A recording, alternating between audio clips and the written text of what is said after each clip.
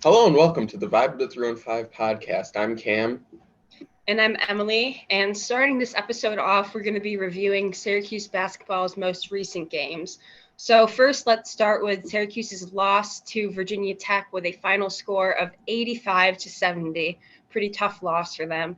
The stats: Judah Mintz played well. He had 21 points, 8 assists, 3 rebounds, 1 steal, and 5 turnovers. He played a total of 35 minutes, so played quite a bit of time. Justin Taylor did pretty well. He had 12 points, 2 rebounds, and he played 26 minutes. So good for Justin. Yeah, Malik Brown played a total of 33 minutes. He had 11 points, 6 rebounds, and 2 blocks. Jesse Edwards had 9 points, 5 rebounds, 3 steals in 24 minutes. And Symir Torrance had 8 points, 5 rebounds, 1 assist, 2 steals in 15 minutes. So some pretty good performances from those three guys. So, yeah. Yeah. Some notes from the game: Joe Girard really struggled that game. He only ended up getting 7 points, which is unlike him, and he was 2 and 8 from the field, so not that great shooting wise. Malik Brown started this game over Benny Williams. It was Brown's first career start, so congratulations to him. And because Jesse was in foul trouble, Monier played a lot in this game, and he ended up getting 16 minutes. And another thing which I found kind of weird, but was that Jim Boeheim put John Bullock and Quadir Copeland into the game with a few minutes left. I think Quadir played a total of 5 minutes and Bull was in for like 2 minutes.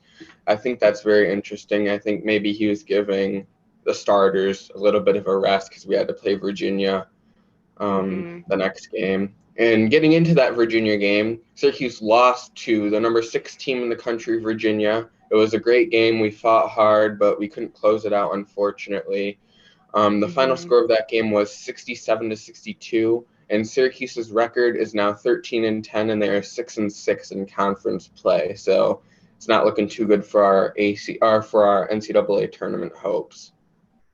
Yeah, that was a close game. So we had Judah Mintz with 20 points, 4 rebounds, 1 assist, and 2 steals. He played 36 minutes. Judah was out there basically the whole time trying to score. So Jesse Edwards had 14 points, 7 rebounds, 3 assists, and 2 steals, 2 blocks, but he had 4 turnovers. He played 39 minutes, so he was in the whole game, but he unfortunately fouled out the last minute of the game, which was really unfortunate because, that was really crucial time.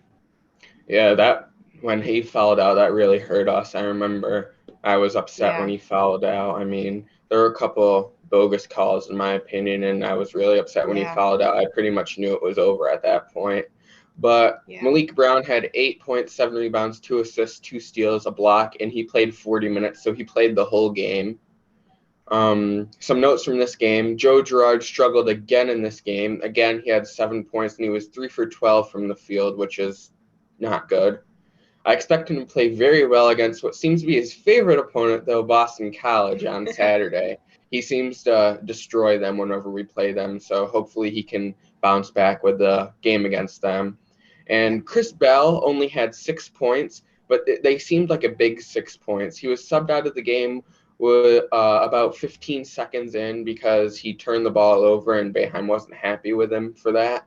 And when he checked back in, he hit a three right off the bat, and then he dove on the floor for the ball for a little hustle play, gave us possession, and then he was fouled and he made all 3 of his free throws. So I liked what I saw out of Chris coming back into that game, hitting the three, a hustle play, big 3 free throws. So, I mean, keep that up, Chris. I mean, I liked what I see from him. Yeah, I've seen some improvement with him, I think. If he gets a little bit more consistent, he really could be good for us. Let's talk about Symir Torrance. So he's been playing a bit more recently, especially since Joe's been struggling the last couple games. And I honestly like what I've seen from Symir recently. If Joe continues to struggle, Symir will be a good option to go to, and he'll maybe start getting more minutes and help the team out. Yeah, I know definitely he's a great point guard, great leader out there for us. It gives Judah a Mm-hmm. break to kind of not relax, but to not go as crazy as he usually does, to play a little bit off the ball, Yeah. I know when we're down a lot, Symir comes in and he orchestrates the offense and he gets everything where it needs to go. Great leader, Hmm. and Yeah, that's what we need, especially when Joe is struggling. All right, definitely. let's talk about Benny Williams. This is an interesting situation with Mr. Williams here. So Yeah. he was not in the dome for the Virginia game. And when Coach Boeheim was asked about this, he said that Benny took a personal day. It just seems odd how our, and I put in quotes, starting, because he has not been starting recently, forward Yeah. took a personal day with such a big game happening that night. I personally think something happened between Benny and Coach Boeheim, and they're just saying that he took a personal day to cover up. I think Benny is frustrated with the lack of playing time that he's been getting recently, and will ultimately look to transfer at the end of the season. I think Boeheim and Benny might have gotten into an argument, and Benny was mad that he hasn't been playing as much recently, and Boeheim probably told him to suck it up and deal with it, and you earn your minutes. And Benny didn't like that, and he wanted to take a personal day. So that's my personal opinion. I don't have all the facts, obviously, but that's what I think personally happened. It's just interesting. This whole season, I feel like he's been a little bit off like that.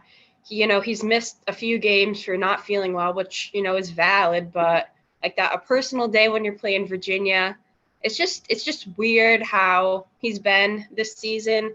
And it wouldn't surprise me if he does transfer like that. If he would be happier somewhere else and play better, and that's the best for him, then I think he should transfer. I mean, if he's unhappy here, he shouldn't stay. It's not Moving good on to for some, it's not good for us as a team and for him yeah, either if he's not happy here. So yeah, like that. It mixes up the whole team when our starter's not starting. It's a big adjustment. exactly. Moving on to some NFL news, Tom Brady announces his retirement from the NFL after 23 amazing seasons. So, congratulations to the GOAT. We hope he enjoys his retirement.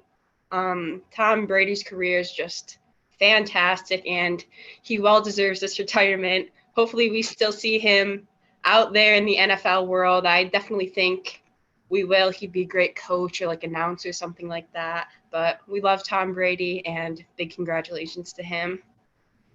Yeah, he signed a deal with Fox to get in the booth. He's not going to do it for the Super Bowl, but I could see him next year calling some games. So be on the lookout for that. That's very exciting to hear the Yeah. GOAT's perspective on some of these games.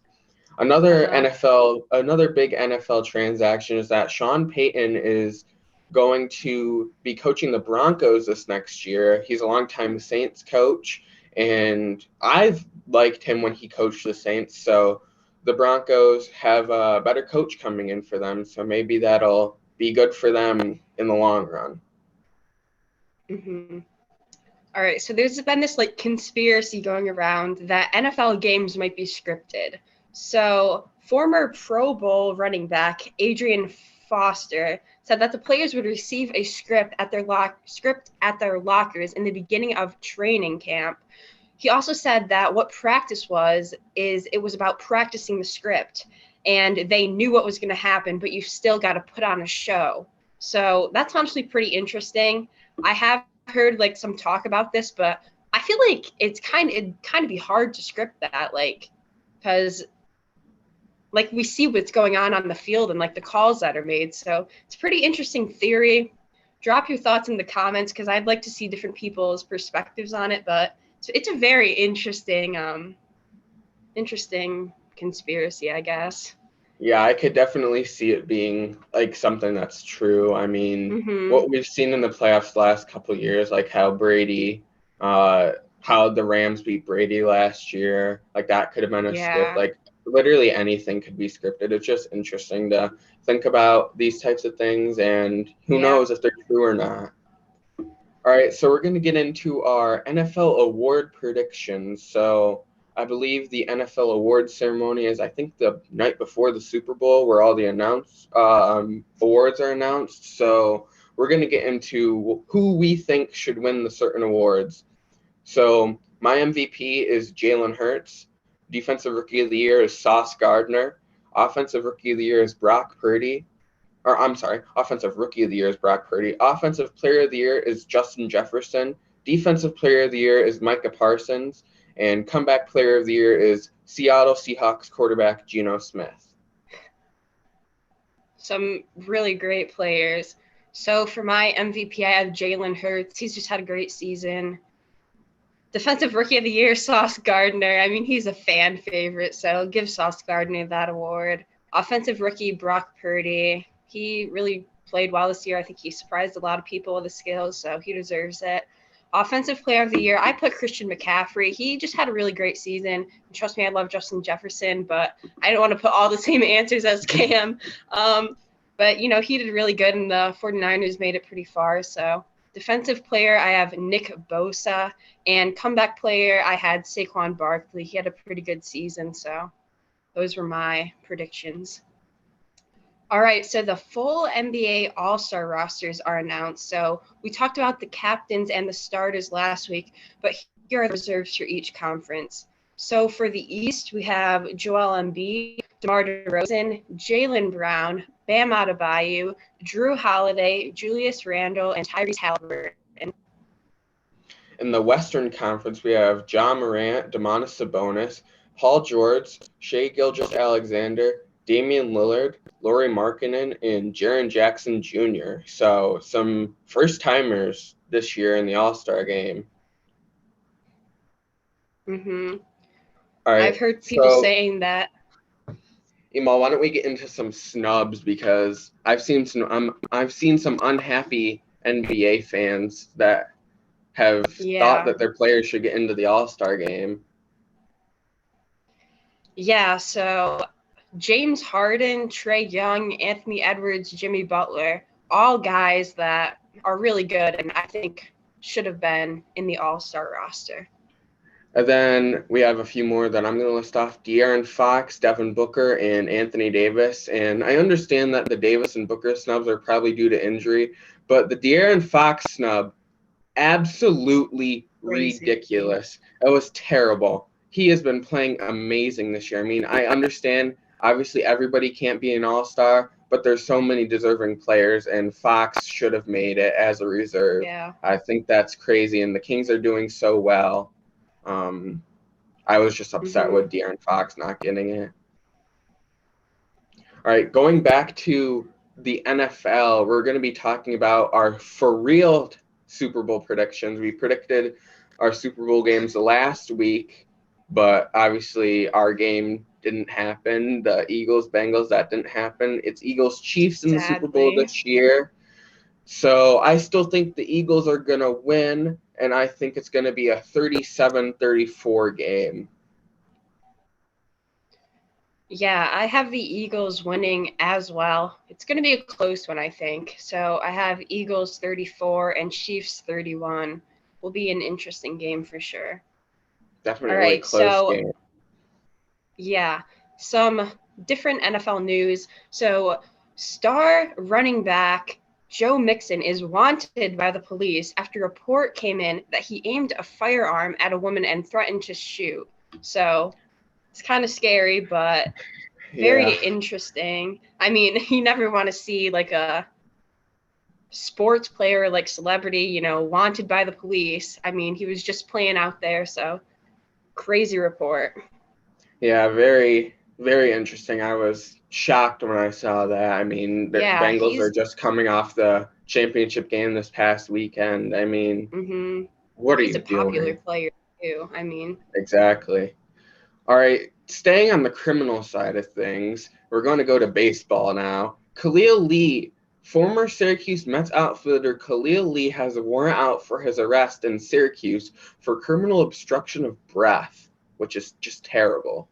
Yeah, so reportedly his ex-girlfriend alleges that Lee assaulted her by pulling her hair and choking her during an argument. So, I mean, that's crazy. You never, expect people to be like that. I mean, it's just terrible. It's absolutely terrible.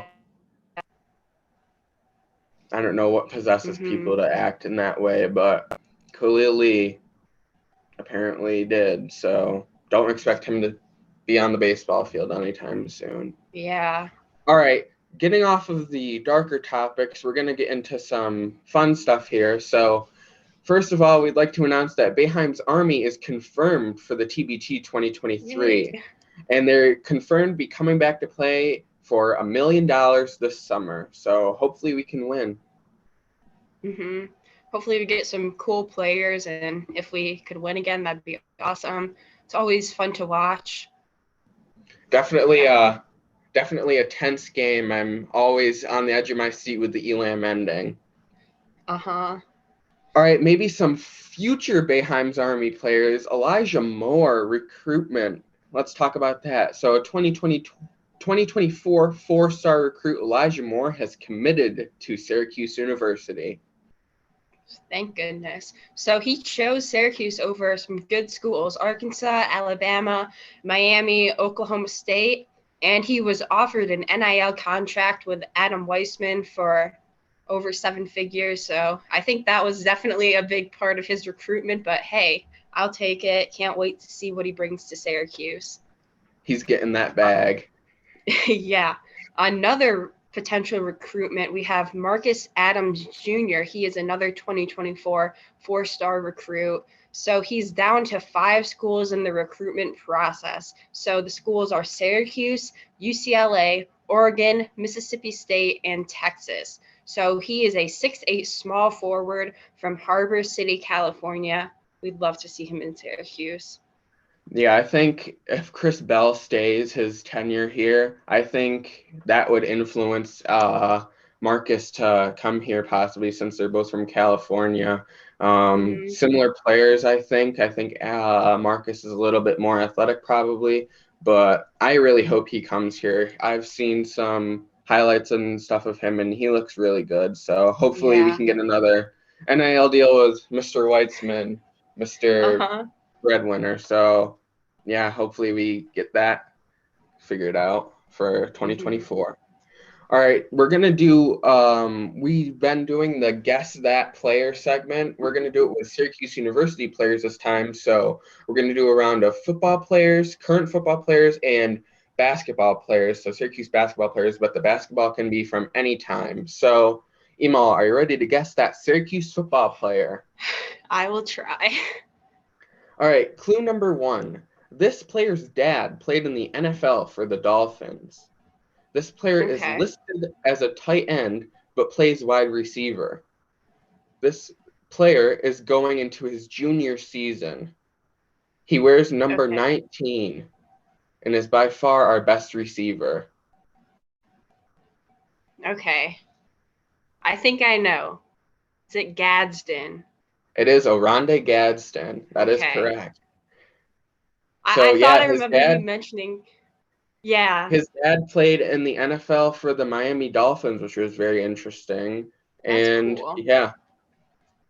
All right, that clue and the by far best receiver is the ones that sold it for me. All right, so this player is a running back on Syracuse. He played a big role in the Pinstripe Bowl this year.